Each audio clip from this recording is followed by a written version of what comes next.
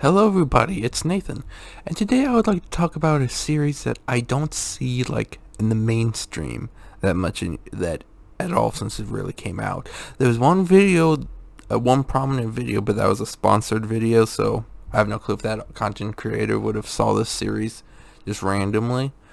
But the series I'm going to talk about today is the manga Zom 100 Bucket List of the Dead. A very interesting title. But the pure fact that it's a zombie story. Is it like The Walking Dead? Good question. Is it like High School of the Dead? In reality, this is more towards The Walking Dead if we're talking about zombie scales of zombie story. But this is more of a zombie story about living life, even though, and not focusing on the zombies. A very interesting concept. When we first look at it, the main character is this overworked office worker who is slaving away at their job, and then he wishes he could be in a zombie world, and then he wakes up, the world around him is full apocalypse. So he thinks of stuff he wants to do while he's still alive. One of them is confess to his crush, which when he goes over to her place, she's already a zombie. That's one list of the bucket list down. There is going to be 100 tasks that the main group of characters will want to do on their bucket list. But we haven't barely even scratched the surface. I think only less than 40 has actually been written down when I've read Volume 3.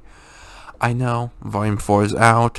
I just don't have it at the moment, so these videos, this video and the Cells at Work video that I did previously, it's going to be strictly based on from Volume 3, 1, 2, 3. 1, 2, and 3. What I also like about this is you see the main character wants to be a superhero at the end of Volume 2. There's this zombie shark. Okay, we know the zombie infestation is affecting animals too, and the main character got on some scuba gear. I believe fought, or at least somewhat defeated the zombie shark, which is a really interesting concept. The main characters of the story so far is Akira, which is our lead, his best friend. Even I forget their name sometimes. Yeah, it really just talks about Akira in the back of this volume.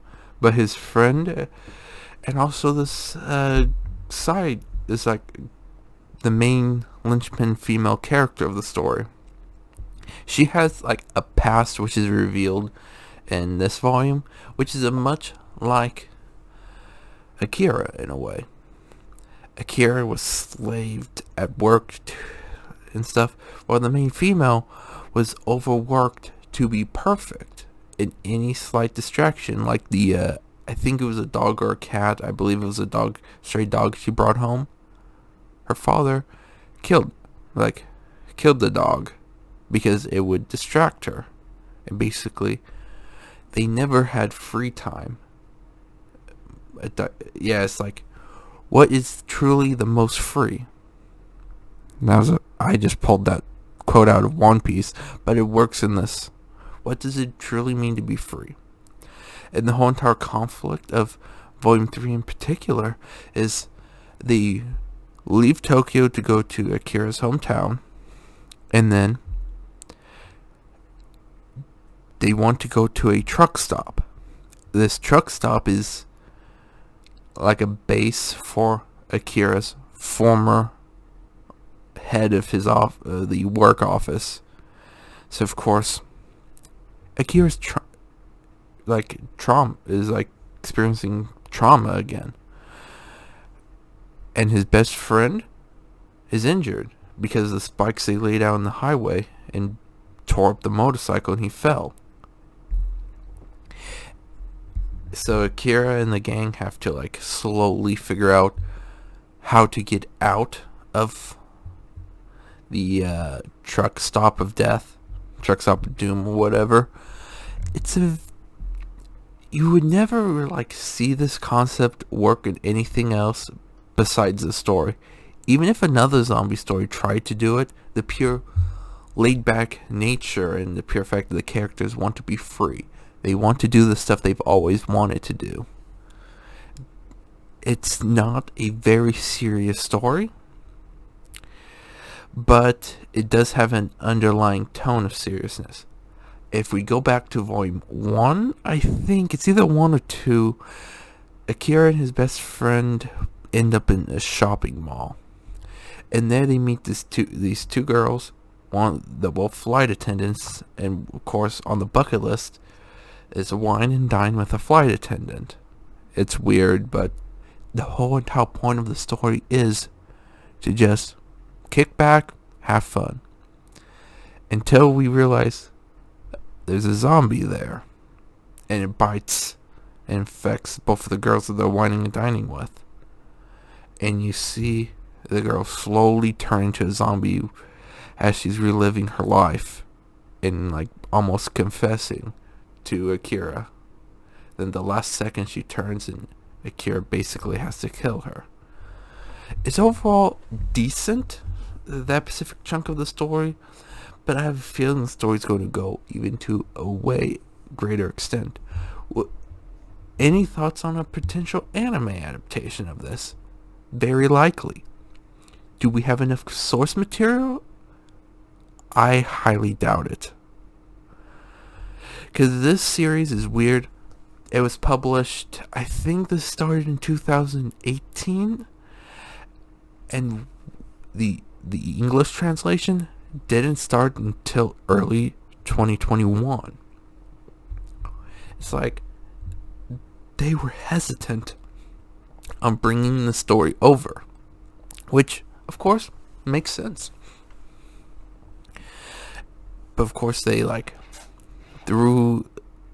gave it to the Viz signature line, which gave it a good smell.